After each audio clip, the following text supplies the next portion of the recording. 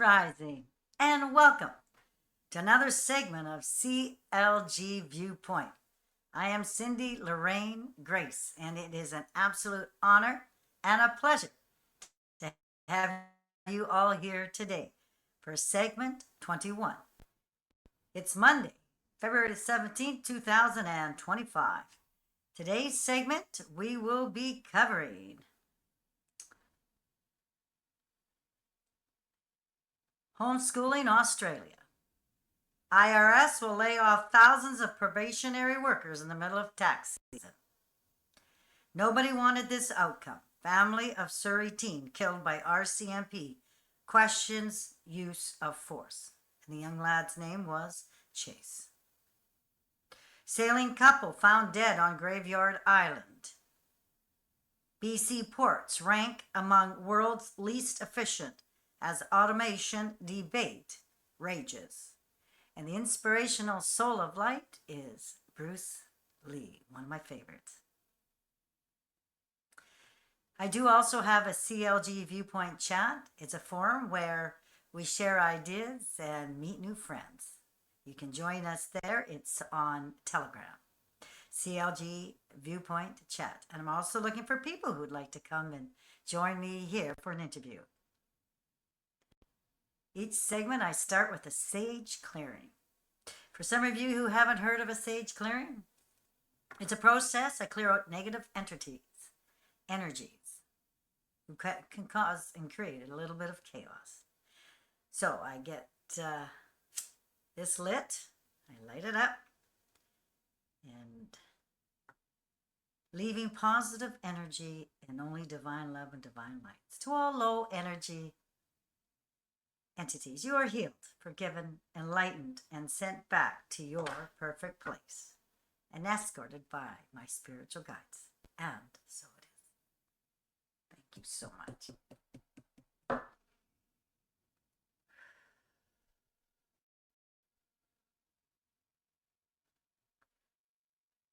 So we'll start with a video on homeschooling in Australia. Enjoy. Kids are registered for homeschooling, with more and more parents now choosing the unconventional route. Well, that's right. A recent study has revealed the top 10 reasons why families are turning away from bricks and mortar classrooms. And UCA founder Ellen Brown joins us now to tell us more. Ellen, good morning. Good to see you. Talk us through these numbers. What sort of percentage of students are now homeschooled? Well, there's, like you said, about 44,000 students, so we're up 100% in the last 4 years since COVID, so we've certainly grown. Ellen, when I think homeschooling, I worry about, the kids socialising. What are the top 3 reasons parents are choosing to school their kids from home? Sure. So look, the first reason is usually a social reason, and often that's to do with bullying, and that can be a real challenge for kids. The next reason might be things to do with their learning support, that they might need learning resources that are a little bit different. They might need some revision. They might be gifted children. And then third one is a philosophy of education, that the parents have decided that they want something a little bit different for their kids, or they want to provide context to what their children are learning. How does it work? How much more pressure does it put on mum and dad? Well, it depends on what tools you have. So I know some people found COVID kind of tricky when it came to homeschooling. They may not have had a tool that really provided them the support they need. So for example, our students at UCA, they have all their lessons provided by teachers, and so in that way the parent becomes more of a support person, a bit of a coach really, rather than having to know it all themselves. Ellen, we're sort of following in the footsteps of the US, where an estimated 5 million children are homeschooled. Is this the way of the future, do you think? I think there'll always be choice. That's the whole idea. Mainstream school is wonderful for some children, and, you've got the choices of private school and public school, but also to have a choice about doing homeschooling. And these days, homeschooling gives kids the same opportunities as they have at school, in that they can move off into university and they can make sure that they're getting at least as good, if not better, an education. Do you feel that there's a bit of judgment out there for those parents who decide to go down the homeschooling route? I think sometimes it might be a lack of awareness. I think things have changed. We've all had to homeschool, you know, the whole world had to homeschool. And that really did demystify what homeschooling looks like. And parents realised, wait, you know, this is something I can be part of, and I can even enjoy that journey with my child. So I think these days that it's become very mainstream. And like you said about that socialisation, there's so many kids now with 44,000 children homeschooling. There isn't a town that doesn't have a homeschooling group. So they get together to do sport and they go on excursions and they have meetups every week. So they're certainly not sitting at home. It's obviously a full-time job for parents. Do you think parents that go down this route need more support? Look, a lot of our parents are actually working from home as well, and so it's just about doing a bit of a balance and making sure that the tools that the children have got are actually being spoken to the child, so they're not having to teach the child themselves. And in terms of marks, are they similar to people in ordinary schools? Yes, and it just depends on the child, of course. Everybody's different. Some of our children will sit NAPLAN and they do very, very well. So I guess the big thing is that we're seeing the universities really opening their doors to homeschoolers now and really acknowledging that the Year 12 homeschooling route is a legitimate one and that they're getting the same education. Ellen Brown from UCA, thank you so much. Good luck as well. Thank you so much. Thank you. Homeschooling, what a lovely way to raise your family, and you know that they're safe at home and they can get their education with their parents. And now on to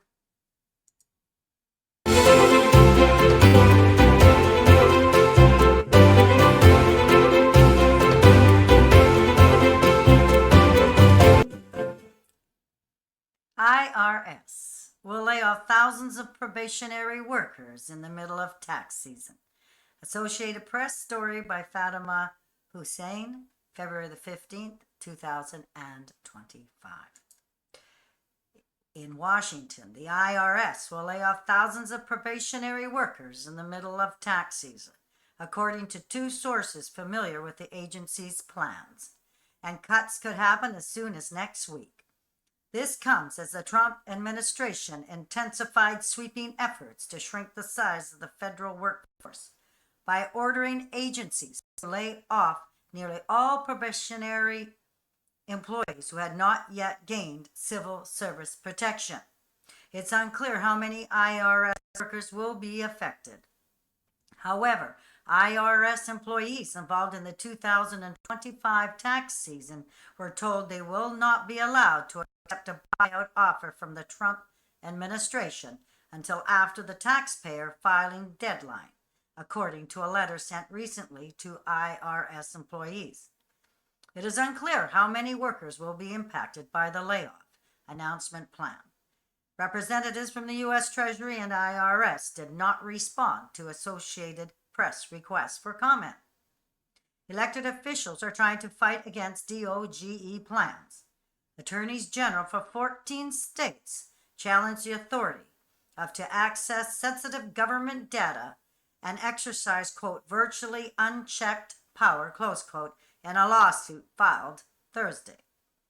The lawsuit filed in the federal court in Washington says the action taken by Musk at the helm of DOGE can only be taken by a nominated and Senate-confirmed official. It cites constitutional provisions that delineate the powers of Congress and the president. Personal thoughts. This looks like a major cleanup. Could this be another law under natural law? Nobody wanted this outcome. Family of Surrey teen killed by RCMP questions use of force. By Isabella Zaveras. The child's name is Chase. The death of a neurodivergent teenager at the hands of BC RCMP is raising questions from his family and critics about the Mounties' use of force. 15-year-old Chase de Ballenhard died Sunday following a confrontation with RCMP officers near Clayton Heights Secondary School. His mother, Crystal de Ballenhard, wants to know what de-escalation training Mounties underwent. Quote, did their training kind of go, out the window when they were in the middle of it? Quote, she said. The BC RCMP told CTV News they received a call Sunday about an individual, quote, in distress and reportedly armed with a firearm, close quote, on the schoolyard. On Monday, a spokesperson for Chase's family said the teenager had a pellet gun, but not a proper firearm. Because he was on the spectrum, Chase likely did not understand how serious the situation was when officers arrived, the spokesperson said. Eleanor Sturkle, the MLA for Surrey Cloverdale and public safety critic for the opposition, said she's received numerous emails from concerned parents in her constituency who have children who are neurodiverse. Quote, I myself am a parent of a child with autism, and I understand it's frightening, close quote, she said. Quote, you worry about your kid when they leave the house, close quote. Sturkle said she will be following up with Gary Begg, the Minister of Public Safety and Solicitor General, to communicate these concerns, regardless of the outcome of a probe by the Independent Investigations Office, the watchdog in charge of this case.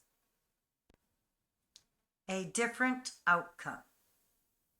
Part of Chase's interaction with police was captured on video and obtained by CTV News. Temi Tope Oriola, a professor of criminology at the University of Alberta, said it's clear from the video the teenager is in distress. Quote, had there been a higher degree of thoughtfulness, a reticence to deploy the most lethal weapon in the arsenal of police, obviously we might have had a different outcome, close quote, he said. Oriola added that the mere presence of law enforcement may at times exasperate a situation. Quote, that's what research shows, close quote, he said, and quote, and so there needed to be a greater degree of carefulness and intentionality and de-escalation of producing the best outcome where the officers and that individual would leave that scene unarmed and that individual would be provided the help that they need, close quote. Dynamic situation. Cash Heat, a former West Vancouver police chief and one-time Solicitor General, said officers are often making split-second decisions in high-risk situations. Quote, when you have a dynamic situation like that, time is not on your side, close quote, he said. Quote, you've got to be able to respond based on what the individual's actions are, close quote. He added, in some situations, officers are responded to a call where they don't know the entirety of the individual's background. Quote, the officer said that our responding don't necessarily have the information on this individual. The assumption I'm making, they're responding to an individual with a firearm. There's been reports coming in, and we expect our officers to respond in appropriate fashion in that set of circumstances, close quote. On officer training, CTV News asked the RCMP and the Surrey Police Service about what training officers receive on responding to calls involving people on the autism spectrum. Both agencies declined to comment due to the IIO investigation. Sturkle added that the case might provide an opportunity to revisit the kind of training officers in BC receive. Quote, nobody wanted this outcome, close quote, she said. Quote, I can't think of any police officer I've ever met that would have wanted to be placed in a situation like this. And here's a video. Morning. Gathering Thursday night to pay respects to 15-year-old Chase DeBallenhard. I tutored him, I babysat him, I spent lots of summers with him. He was a pretty amazing kid, and this is a complete tragedy that happened. That sadness has turned to anger. I'm angry. On Sunday afternoon, police responded to reports of a person with a weapon. This is the last video they have of Chase alive. His parents say he had an unloaded pellet gun. Chase was on the autism spectrum and functioned more like a 10-year-old. The Independent Investigations Office says there was an altercation resulting in shots fired by police. Chase died on scene. It really hit me because I have a 14-year-old son with autism. And just to think about that happening to my little boy, you know, I wept. I wept. Grieving parents Rick and Crystal now demanding answers and change. I just lost my only son, and I'm going to put my sorrow and rage into making things right. Questioning why other uses of force, including a taser or rubber bullets, weren't used first. CTV News reached out to Surrey RCMP and the Surrey Police Service for comment. Both declined, citing the ongoing IIO investigation. This is not going to be the end of her son's story. It can't be. There has to be change. On Friday, Crystal and Rick will see their son for the first time since that tragic day. I can't wait to see my son, but I don't want to see him in that condition. No mom wants to see their mom like their son like that. Rick and Crystal tell me they're overwhelmed by the community support, and it's helping them cope with this unimaginable loss. So far, there's no date set for the funeral, but they'll now have to find a bigger venue to lay their son to rest. Kevin Chirac, CTV News, Surrey. Personal thoughts. This case has definitely some questions. Why did the RCMP shoot the young 15-year-old child in the chest? The child had a pellet gun without pellets. Could the RCMP have used scare tactics and aimed their guns by the child's feet? Why did one of the neighbors, while watching the TV during this incident, hear a pop in their house and it was a flying bullet in their home? Was this erratic behavior for RCMP officers to shoot wildly in the neighborhood? Is that a safe way for the RCMP to handle the situation? One last thing. Were the RCMP hunting the child? Instead of doing their due diligence and handle this situation with their safe training protocols, instead of shooting this beautiful child, Chase, in the heart.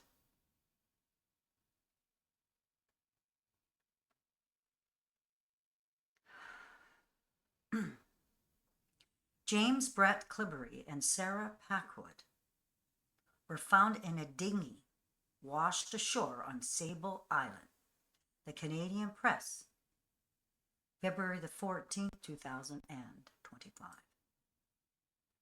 An investigation has concluded there was a fire aboard a sailboat that disappeared south of Nova Scotia's Sable Island last summer, leading to the deaths of 2 people. An adventurous couple from British Columbia.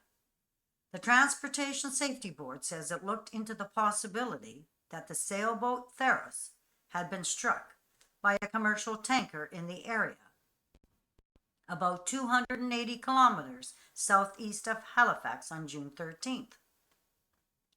But the board concluded there was no link between the 2 vessels. The remains of the 2 experienced sailors, 70-year-old James Brett Clibbery and his 54-year-old wife Sarah Packwood, were found in a 3-meter dinghy washed ashore on Sable Island almost a month later, indicating they had abandoned the sailboat. The 13-meter Theros has yet to be found. The Safety Board's report says one of the victims were found wearing a flotation suit that had been damaged by fire. Quote, the suit was melted on the left side from the top to the bottom, close quote, the report said. The fire damage had occurred while the crew member was wearing the suit. it would not have been possible to don the suit in the damaged condition. The other person found in the dinghy was not wearing a flotation suit, but another suit was found in the inflatable boat. The report says Clibbery and Packwood left Halifax Harbor on June 10th and headed for the Azores, the Portuguese archipelago, about 3,200 kilometers to the southeast. Well, their boat was fitted with an automatic identification system, AIS, that was transmitting the vessel's position to nearby vessels and AIS satellites. The boat's AIS system stopped reporting on June 13th, and the boat was reported missing on June 18th. Its last reported position was 63 kilometers southwest of Sable Island. The boat also had an emergency distress beacon known as the EPIRB, but it was not triggered. After the boat was reported missing, the Joint Rescue Coordination Center in Halifax tried various means to contact the vessel, but there was no response. Without a distress signal from the Tharos and without it being overdue as its destination, there was no way to determine its status, the report said. Given that the rescue center had not received any alerts from the beacon, and the Tharos had no formal sailing plan with defined expectations for communication from the crew, the absence of communication was not considered a concern. By July 2nd, the Tharos had failed to arrive in the Azores as planned. The rescue center in Halifax dispatched a Canadian Armed Forces Hercules aircraft to the Azores and back to complete a communications and radar search. The center also deployed an aircraft to search the area around the Tharos' last known position, but there was no sign of the boat or its crew. The bodies of the two sailors were found just a week later on July 10th. The rescue center later determined the predicted course and speed of the Tharos would have brought it close to the path of a commercial tanker on June 13th, the same day the sailboat's AIS stopped working. But the safety board collected tracking data indicated that at its closest point, the tanker had passed just about 10 nautical miles from the Tharos' last known position. Quote, none of the data indicated that the Tharos was in the vicinity while the tanker passed south of Sable Island, close quote, the report says. Clibbery and Packwood, who lived on BC's Salt Spring Island, had routinely posted details of their trips on their YouTube channel called the Tharos Sailing Adventures. Now, the channel features videos showing sailing trips that extend from Canada's west coast to the Panama Canal and from Central America to the Maritimes. The smiling pair can often be seen on the open ocean aboard their two-masted Gibbs Sea yacht, which featured an electric motor powered by an electric car battery and solar panels. On June 11th, Glibbery posted a video on Facebook showing him at the helm of Tharos as the boat was about 15 kilometers off Nova Scotia's south coast, heading southeast at 5.5 knots. We're sailing away, Glibbery says, the vast sweep of the blue North Atlantic in the background. Personal thoughts. Now, the couple were very experienced sailors. They had all the equipment in place so that they could be tracked like a GPS. Their boat was fitted with an automatic identification system, AIS, that was transmitting the vessel's position to nearby vessels and AIS satellites. The boat's AIS system stopped reporting on June 13th, 2024. Why? Was it turned off? Where is the sailboat? If the boat had burned or hit something, wouldn't there be some kind of debris floating in the water? Do you think that they died with natural causes? Do you think that they were met with someone who could have taken their lives and dumped them in their dinghy boat on Graveyard Island, which is known as Sable Island? The other person found in the dinghy was not wearing a flotation suit, but another suit was found in an inflatable boat. Why would an experienced sailor leave their flotation suit to keep them warm and safe in the inflatable boat and not wearing it? Quote, we're sailing away, Glibbery says, the vast sweep of the blue North Atlantic in the background. Quote, this is what he said. One big ship behind us, and that came out from Halifax behind us, close quote. Statement made by the Canadian Press posted on July 23rd, 2024. Who was the captain and crew that left a little later than the couple from Halifax Harbor? Did the authorities chat with them to see if they saw something? This does not sit well with me. Too many unanswered questions.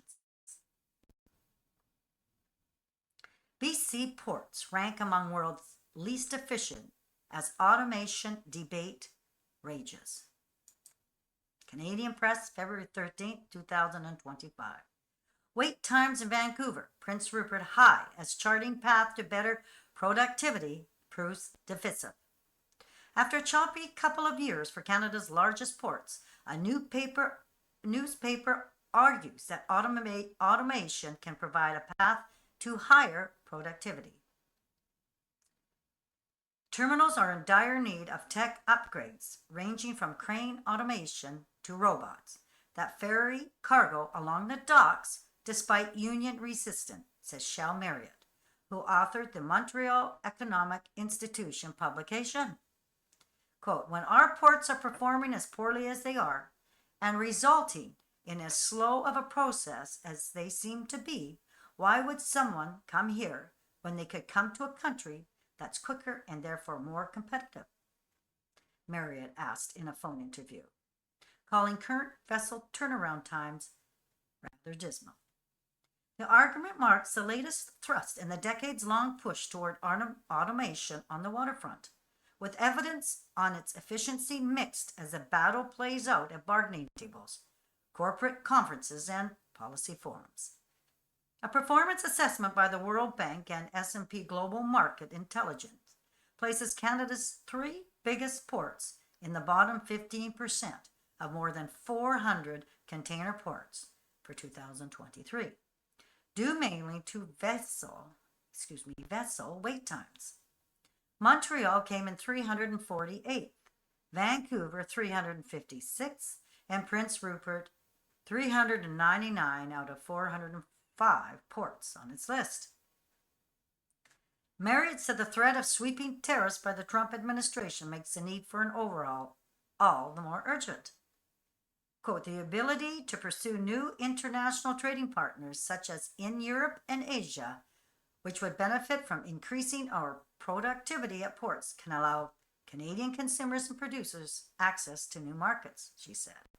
Quote, and this can in fact help to grow jobs and increase development across the entire Canadian economy, close quote. The report puts the blame for lagging innovation on unionized employees who were, quote, often opposing modernization and automation efforts in recent years. Unions have pushed back on the notion that automation equals efficiency. They have also stressed that their bargaining power derives from strength in numbers, leverage that is undercut by layoffs made possible through technology. Quote, when controlled by employers for their benefit, modern automation disrupts the dependency upon workers' labor and so attacks an essential mechanism of leverage in the fight for decent work and well-being for all people, close quote, states a 2020 report from the BC Federation of Labor. Well, the 38-page paper also found, quote, modern automation cannot be stopped outright, but can be harnessed, close quote, to improve working conditions and benefits by establishing a joint committee of employers and workers for input into technological changes. For example, automation became a key sticking point last year in negotiation at BC ports, where a strike notice from 700 workers prompted an 11-day lockout in November. The province currently has 2 semi-automated container terminals, one south of Vancouver and one in Prince Rupert. As of 4 years ago, only a small minority of container ports could claim partial automation, according to the OECD. Just a few have dispatched robots to move freight between the quay and the container yard, and virtually none feature automated gantry cranes on the piers. But that could be changing. So-called autonomous guided vehicles, robots that move along set pathways marked by lines or wires, are increasingly used to transport containers between crane and yard, tracing one route to modernization. Personal thoughts. Do you think the dock workers are frightened that they could lose their job and be out of work and out on the streets like so many Canadians who lost their jobs? Do you think if the dock workers were given some other options that will allow them opportunities to provide for their families, would that then give the dock workers hope and stability for their families, and would then be more proactive in support of automating the terminal? Will there be security within our country due to our natural resources? That could help with any kind of work transitions. And in the end of things, improve the terminal's automation, thus improving efficiency.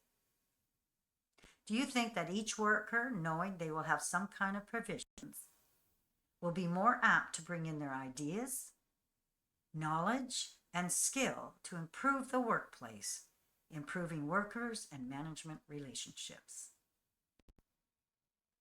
Closing. I am Cindy Lorraine Grace of CLG Viewpoint, and I thank you so much from the bottom of my heart. It's been an honor and a pleasure to have you here today. If you feel compelled to, please share this forum with others. Today's Inspirational Soul of Light is one of my favorites, actually is my favorite, is Bruce Lee.